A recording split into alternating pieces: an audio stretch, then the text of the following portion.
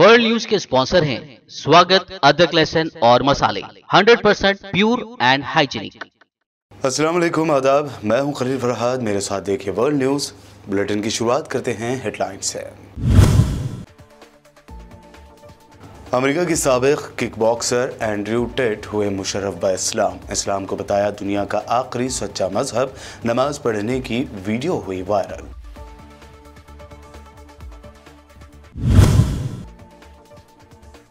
फ़लस्तीन के मगरबी किनारे और मकबूजा बैतुल मुक़द्दस में बढ़ी झड़पें। फ़लस्तीनियों की मज़ाहमती कार्रवाइयों से इसराइल परेशान। 3 यहूदी आबादकार ज़ख्मी।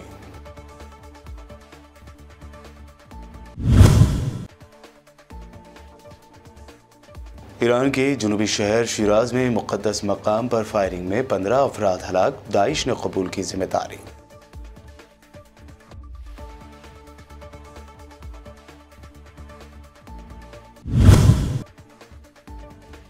कश्मीरी पंडितों को डरा रही है बीजेपी। पवन खेड़ा का इल्जाम। कहा, पिछले दिनों बड़ी तादाद में सेंट्रल मिनिस्टर्स ने किया वादी का दौरा, लेकिन कश्मीरी पंडितों से नहीं की मुलाकात।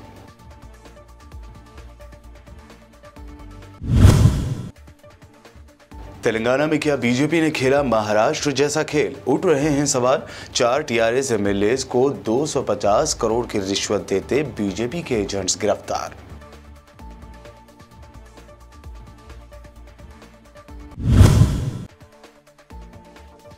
एक दिन संबित पात्रा भी कहेगा कि बीजेपी गंदी पार्टी है। केजरीवाल का तंज। कहा, हमारे खिलाफ सारी बुरी ताकतें हो गई हैं इकट्ठा।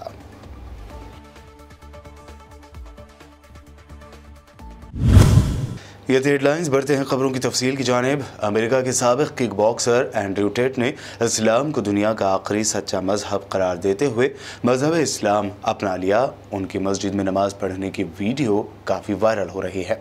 उन्होंने तस्दीक की कि वो मुसलमान हो चुके हैं। साबिक किक बॉक्सर अमेरिकी रियासत शिकागो में पैदा हुए और इब्तदाई तालीम लुटन में हासिल की। नमाज पढ़ने की वीडियो वायरल होने वाले उस वीडियो में एमएम फाइटर टीम खान की जानिब से इसे सोशल मीडिया पर शेयर किया गया था, जिसमें वो एंड्रयू टेट को नमाज पढ़ना सिखा रहे हैं।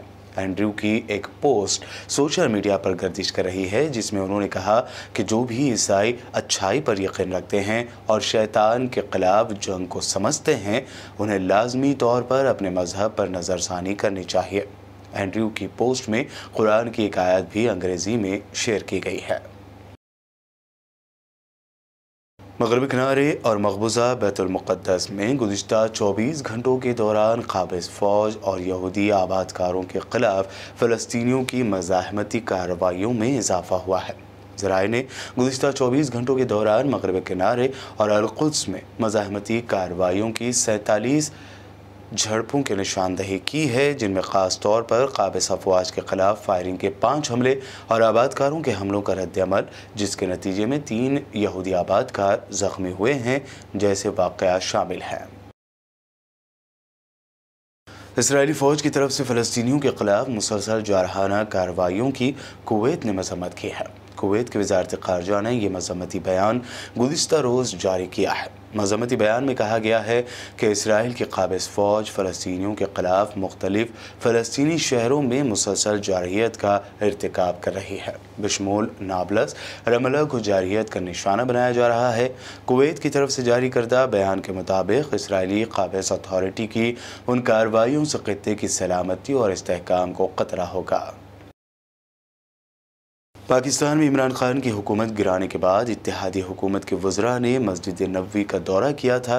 इस मौके पर चंद पाकिस्तानियों ने मस्जिद नबवी में उन वज़रा के ख़िलाफ़ एहतजाज किया था और फिर गिरफ़्तार कर लिए गए थे। इसी ज़िमन में पाकिस्तानी वज़ीर आज़म शहबाज शरीफ के मुताबिक सऊदी अरब के वली-अहद मोहम्मद बिन सलमान ने उनकी दरख्वास्त पर हंगामा आराई करने की वजह से ज़ेर क़ैद तमाम पाकिस्तानी ज़ायरीन को रिहा करने का हुक्म दे दिया है। इस हवाले से पाकिस्तान की सरकारी टेलीविज़न PTV ने सोशल मीडिया पर एक ट्वीट में बताया कि सऊदी अरब के वली अहद और वज़ीर आज़म मोहम्मद बिन सलमान ने मुल्क में क़ैद पाकिस्तानियों के लिए बड़ा फ़ैसला कर दिया और मस्जिद नबवी में हंगामा आराई करने के इल्ज़ाम में क़ैद तमाम पाकिस्तानियों को रिहा करने का हुक्म दे दिया है। इन पाकिस्तानी शहरियों को 8 साल और दिगर 3 को 6 साल क़ैद की सज़ा सुनाई गई थी। ईरान के जनूबी शहर शिराज में मुसल्लह अफराद ने अहल तशी के एक मुक़द्दस मकाम पर फायरिंग करके कम से कम 15 मासूम अफराद को हलाक कर दिया। सरकारी खबर रसाई इदारे के मुताबिक इस वाक़े में दर्जनों अफराद ज़ख्मी भी हो गए हैं। ज़राए के मुताबिक शाह चिराग मस्जिद व मज़ार पर फायरिंग के शुबह में 2 मुसल्लह अफराद को गिरफ्तार कर लिया गया, जबकि तीसरा मुसल्लह शख्स फ़रार हो गया है। सरकारी खबर रसाई इदारे इरना ने इस हमले में 15 हलाकतों की इत्तला दी है, जबकि सरकारी टीवी के मुताबिक 40 अफराद ज़ख्मी हुए हैं। ताज़ा तरीन अपडेट के मुताबिक इस हमले की जिम्मेदारी बदनाम ज़माना दहशतगर्द तंजीम दाइश ने कबूल की है। रूस के सदर व्लादिमीर पुतिन ने कहा है कि यूक्रेन की सरजमीन यूरोप पर और अमेरिका के जरासीम हथियारों की आजमाइश के मैदान में ये तब्दील हो गई है और यूक्रेन को ये हथियार वसी पैमाने पर फराहम किए गए हैं। रूसी खबर रसाई एजेंसी की रिपोर्ट के मुताबिक रूस के सदर व्लादिमीर पुतिन ने मगरब की जानिब से यूक्रेन को अपने जरासीमी हथियारों की आजमाइश के मैदान में तब्दील किए जाने पर सख्त वार्निंग देते हुए ऐलान किया कि यूक्रेन की हुकूमत अमेरिका की ख़ारजा पॉलिसी का हथकंडा बन गई है। अमेरिकी वज़ीर ख़ारजा एंटोनी ब्लिंकन ने जोर देकर कहा है कि यूक्रेन के लिए सऊदीया की $400 मिलियन की इमदाद एक मुस्बत पेशरफ्त थी, मगर ये ओपेक प्लस में तेल की पैदावार की कटौती का इज़ाला नहीं है। अमेरिकी वज़ीर ख़ारजा ने अक़वाम मुत्तहिदा में रूस के ख़िलाफ़ सऊदी अरब के वोट की भी तारीफ़ की है। अलबत्ता सऊदी अरब के ओपेक फ़ैसले ने जो बाइडन इंतज़ामिया को गुस्सा दिला दिया है, क्योंकि इंतज़ामिया वस्त मुद्दती इंतख़ाब से पहले अमेरिकी सार्फिन के लिए तेल की कीमतों में इजाफे पर परेशान है। बुलेटिन में वक्त हुआ है एक शॉर्ट ब्रेक का। जल्द लौटेंगे और देखेंगे अहम नेशनल न्यूज़।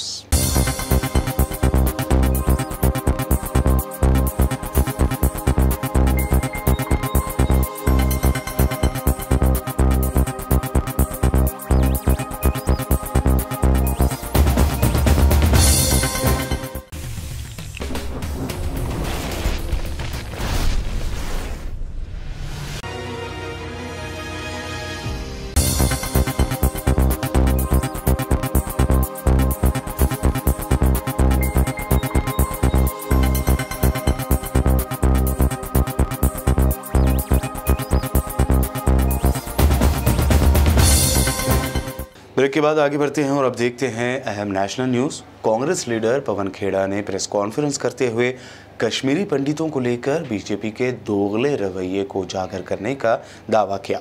उन्होंने कहा कि पिछले दिनों बड़ी तादाद में मरकज़ी वुज़रा कश्मीर गए, लेकिन उन्होंने कैंपों में रह रहे कश्मीरी पंडितों से मुलाकात तक नहीं की। 70 मंत्री मोदी सरकार के इस महीने की 10 तारीख से आउटरीच प्रोग्राम कर रहे हैं साहब कश्मीर में। हम पूछना चाहते हैं, इनमें से एक भी मंत्री एक भी कैंप में गया हो कश्मीरी पंडितों से मिलने तो हमें बताएं, देश को बताएं, कश्मीरियों को बताएं। ये क्या आउटरीच है? What is this outreach when you can't reach out to the Kashmiri Pandits living in the camps there? उसके बाद ये कागज देखिए, आपको विनीत जी भेजेंगे अभी थोड़ी देर में। धमकाया जा रहा है कश्मीरी पंडित एम्प्लॉइज को कि अगर आप ज्वाइनिंग नहीं करेंगे तो आपके खिलाफ कार्रवाई होगी। अरे आप उनको महफूज नहीं रख सकते, आप उनको सुरक्षा नहीं दे सकते, आप उनका पुनर्स्थापन नहीं कर सकते, धमका रहे हो।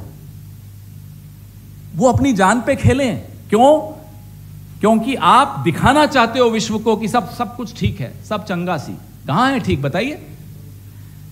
इस साल जनवरी से अब तक अक्टूबर तक 30 टारगेट किलिंग्स हो चुकी हैं। There have been 30 target killings of Kashmiri Pandits from January this year to October this year. यह होता है सब कुछ नॉर्मल, यह होता है सब कुछ सामान्य। हमारे वक्त, डॉक्टर मनमोहन सिंह के वक्त, आपको तो मालूम है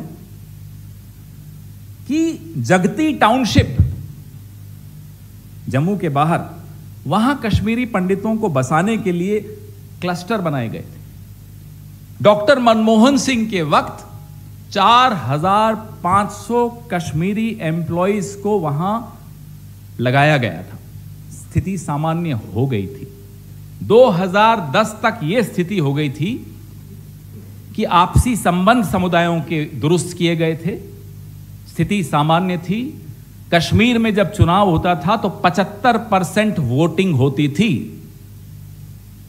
भाई कोई पैरामीटर तो होगा, कोई मापदंड तो होंगे कि सामान्य कैसे दिखती है स्थिति। किलिंग्स नहीं हो रही थी, वोटिंग में 75% लोग भाग लेते थे। आज आप मुझे बता दीजिए, जनवरी से अक्टूबर तक 30 टारगेट किलिंग्स हुई हैं, वोट करा नहीं पा रहे, अनंतनाग में वोट नहीं करा पाए। यह स्थिति है कश्मीर की, इसको आप कहते हो नॉर्मल। तेलंगाना में क्या बीजेपी का महाराष्ट्र जैसा खेल बेनकाब हो गया है? दरअसल तेलंगाना पुलिस ने कल बुध की देर रात गए हैदराबाद के मज़ाफ़ाती इलाके में एक फार्म हाउस से बड़ी मकदार में कैश जब्त किया, जिसे टीआरएस के 4 एमएलएस को पार्टी छोड़ने के लिए ऑफर किया जाना था। चंद मीडिया रिपोर्ट्स के मुताबिक चारों एमएलएस को 250 करोड़ तो वहीं एक रिपोर्ट के मुताबिक 100 करोड़ रुपए का ऑफर दिया गया था। वहीं पुलिस ने फार्म हाउस पर मौजूद एक कार से 15 करोड़ रुपए कैश जब्त किया है। ये भी बताया गया है कि मुलजिम, जिसे टीआरएस बीजेपी का एजेंट बता रही है, MLA Pilot Rohit Reddy, B Harish Vardhan Reddy, G Balraju और रेगा कांता राव के राब्ते में थे। Cyberabad police commissioner Stephen Ravinder ने मीडिया को बताया कि पुलिस ने टीआरएस एमएलएस की खुफिया इत्तला पर फार्म हाउस पर छापा मारा, जिन्होंने पुलिस को बताया कि उन्हें सीएम केसीआर की क़यादत वाली पार्टी छोड़ने का लालच दिया जा रहा है। कमिश्नर ने कहा कि मुलज़मीन के खिलाफ कानून के मुताबिक कार्रवाई की जाएगी और जाँच जारी है। ఇక్కడ అజీజ్ నగర్ అంటే మోయినాబాద్ దగ్గర ఫామ్ హౌస్ లో మనకి ఇక్కడ కొందరు సమావేశం అయ్యారని ఇన్ఫర్మేషన్ వచ్చింది. ఇందులోని ప్రధానంగా మనము ఈ ఇన్ఫర్మేషన్ మనకి సమాచారము టిఆర్ఎస్ ఎమ్మెల్యేస్ మనకి ఇవ్వడం జరిగింది. ఇక్కడ వాళ్ళని ప్రలోభ పెడుతున్నారని చెప్పి డబ్బు, ఇంకా కాంట్రాక్ట్స్ మరియు ఇతర పదవులు ఇస్తానని వాళ్ళని ప్రలోభ పెడుతున్నారని మనకి ఇన్ఫర్మేషన్ ఇచ్చారు. మరి ఆ ఇన్ఫర్మేషన్ మీద మనము ఈరోజు వచ్చి ఈ ఫామ్ హౌస్లని మనము రేడ్ చేస్తే ఇక్కడ ముగ్గురు కనపడ్డారు. ఇందులో మనకి ప్రధానంగా రామచంద్ర భారతి అని సతీష్ శర్మ, ప్రస్తుతానికి ఇక్కడ ఫరీదాబాద్ టెంపుల్లో ఉంటాడు అండ్ హైదరాబాద్ లో మనకి ఢిల్లీలో ఉంటాడు. ఈయన ఇక్కడ మనకి వీళ్ళతో సంప్రదింపులు చేస్తున్నట్టు మనకి కనపడతా ఉన్నది. ఇక్కడ ఆయనతోని సింహాజీ అని ఒక తిరుపతి నుంచి ఒక స్వామీజీ కూడా రావడం జరిగింది. వీళ్ళ ఇద్దరిని ఇక్కడ నందకుమార్ అని, ఇక్కడ హైదరాబాద్ లో ఉంటున్న నందకుమార్, సన్న వెంకటప్ప, వీళ్ళని ఇక్కడికి తెచ్చి వీళ్ళని ప్రలోభాలు పెట్టి సంప్రదింపులు చేస్తున్నట్టు మనకి ఇన్ఫర్మేషన్ మీద మనకి ఈరోజు ఈ రేడ్ అన్నది చేయడం జరిగింది.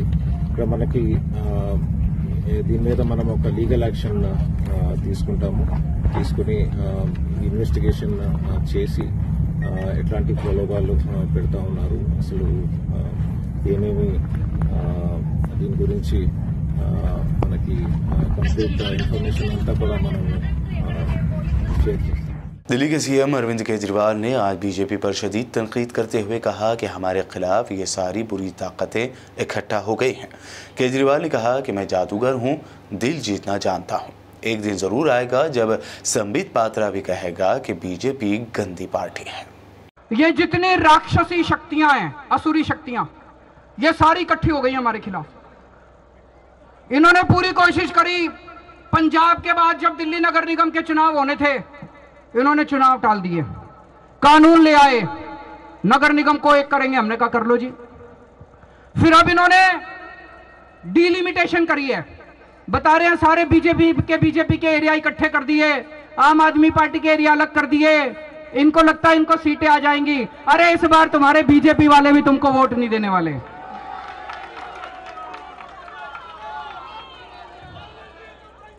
और ये जितने वहां पे विरोध कर रहे हैं, पुल के उस पार खड़े हैं, मेरे ख्याल से जितने विरोध कर रहे हैं, मैं उनको कहना चाहता हूं, विरोध कर रहे हो मेरा कर लो, कोई दिक्कत नहीं है, लेकिन तुम्हारे बच्चों की शिक्षा मैं दूंगा, तुम्हारे बच्चों की पढ़ाई मैं दूंगा। तुम्हारे बच्चों को तो केजरीवाल ही पढ़ाएगा। तुम्हारे घर में कोई बीमार हुआ, कल को तुम्हारे घर में कोई बीमार हुआ, कोई बीजेपी वाला पूछने नहीं आएगा, केजरीवाल तुम्हारी दवा दारू का इंतजाम करेगा। मेरे को गाली देनी है ना, दे लो, लेकिन एक दिन जरूर आएगा जब ये सारे बीजेपी वाले आम आदमी पार्टी में शामिल होंगे। एक दिन जरूर आएगा जब संबित पात्रा भी कहेगा भाई बीजेपी तो बहुत गंदी पार्टी है, आम आदमी पार्टी अच्छी पार्टी है।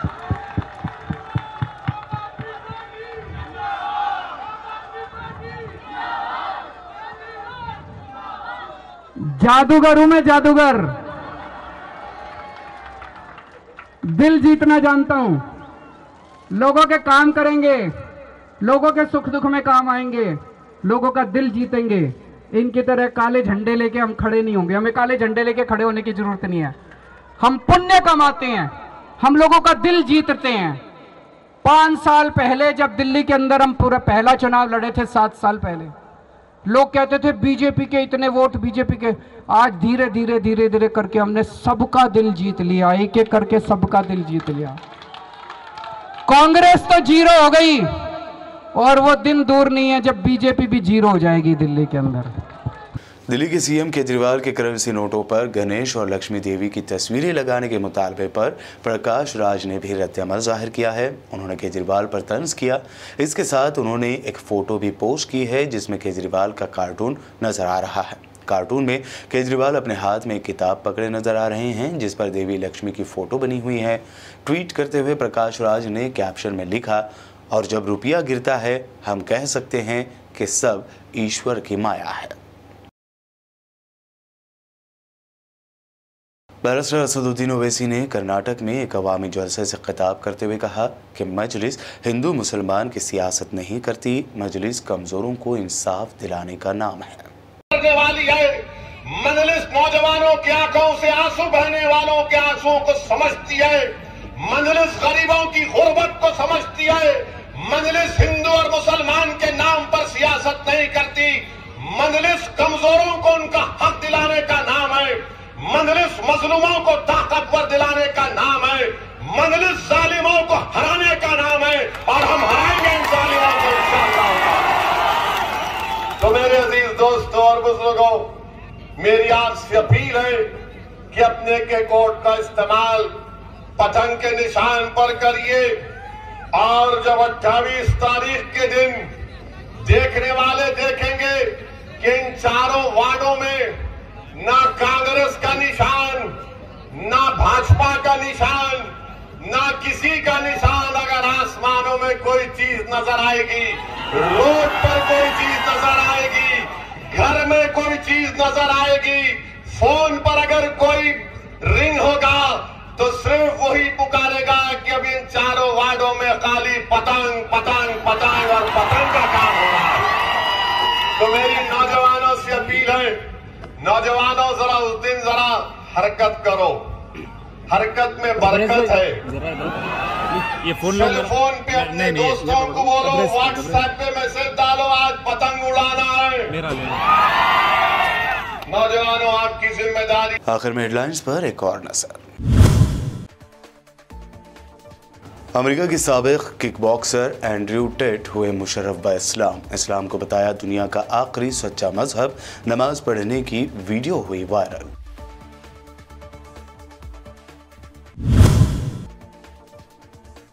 फ़लस्तीन के मगरबी किनारे और मकबूजा बैतुल मुक़द्दस में बढ़ी झड़पें। फ़लस्तीनियों की मज़ाहमती कार्रवाइयों से इसराइल परेशान। 3 यहूदी आबादकार ज़ख्मी।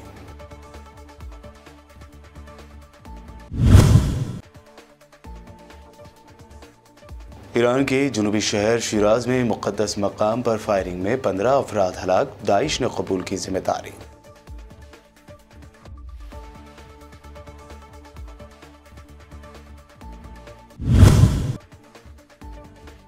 कश्मीरी पंडितों को डरा रही है बीजेपी। पवन खेड़ा का इल्जाम, कहा पिछले दिनों बड़ी तादाद में सेंट्रल मिनिस्टर्स ने किया वादी का दौरा, लेकिन कश्मीरी पंडितों से नहीं की मुलाकात।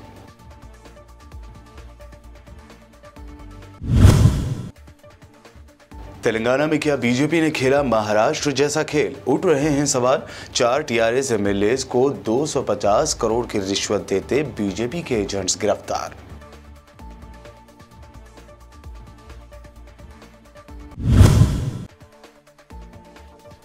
एक दिन संबित पात्रा भी कहेगा कि बीजेपी गंदी पार्टी है। केजरीवाल का तंज, कहा हमारे खिलाफ सारी बुरी ताकतें हो गई हैं इकट्ठा।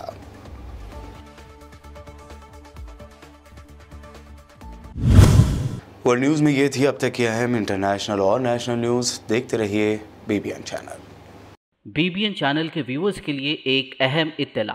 अब बीबीएन चैनल का टेलीकास्ट भारत भर में हो रहा है। हमारे व्यूअर्स भारत में कहीं भी टीवी पर आप बीबीएन चैनल देख सकते हैं। स्क्रीन पर बीबीएन चैनल की टेलीकास्ट डिटेल्स दस्तयाब हैं। इसके अलावा भारत भर में किसी भी एरिया में अगर आप बीबीएन चैनल देखना चाहते हैं तो आप अपने केबल ऑपरेटर को इसके लिए कह सकते हैं। आपकी डिमांड पर वो ज़रूर बीबीएन चैनल टेलीकास्ट करेंगे, क्योंकि बीबीएन एक फ्री टू एयर चैनल है। इसके लिए आपको सिर्फ हमारे दिए गए नंबर पर केबल ऑपरेटर से कॉल या व्हाट्सएप पर मैसेज करवाना है। हम आपके केबल ऑपरेटर तक बीबीएन चैनल पहुंचा देंगे, जिससे वो आपके एरिया में टेलीकास्ट कर सकते हैं। इसके लिए चैनल की हमारी पूरी टीम लगातार काम कर रही है ताकि आप तक बीबीएन चैनल को पहुंचाया जाए। इसके अलावा बीबीएन चैनल को भारत भर में रिपोर्टर्स की ज़रूरत है। अगर आप सहाफ़ी हैं और बीबीएन चैनल से जुड़ना चाहते हैं तो आप भी दिए गए नंबर पर रब्त कर सकते हैं।